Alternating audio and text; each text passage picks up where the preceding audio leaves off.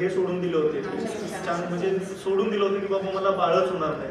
बाळ होण्यासाठी त्यांनी 5-5, 10-10 लाख रुपये खर्च केले होते. आज तुम्ही सगळ्या लेडीज आहात, मी तुम्हाला सांगण्याची गरज नाही की ज्या महिलेला बाळ होत नाही तिला कशी वागणूक दिली जाते आपल्या समाजामध्ये, काय काय बोललं जातं, काय काय टोमणे दिले जातात.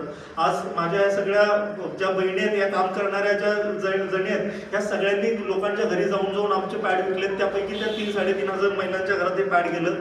आज त्यांच्या मांडीवरती स्वतःचं बाळ आहे, फक्त आमचं पॅड वापरलं.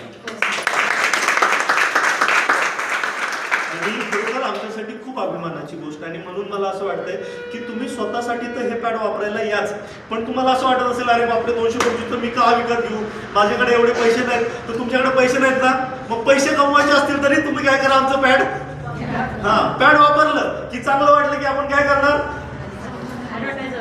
4 जणीला सांगणार अरे एक लय भारी पॅड आलंय.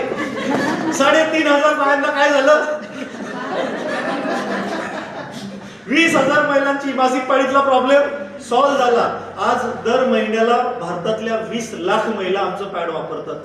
कुठं टीव्हीवरती ऍड येते का, पेपरमध्ये बघितलंय का, कुठंच न येता जर 20 लाख महिला पॅड वापरतात, वेड्या आहेत का त्या?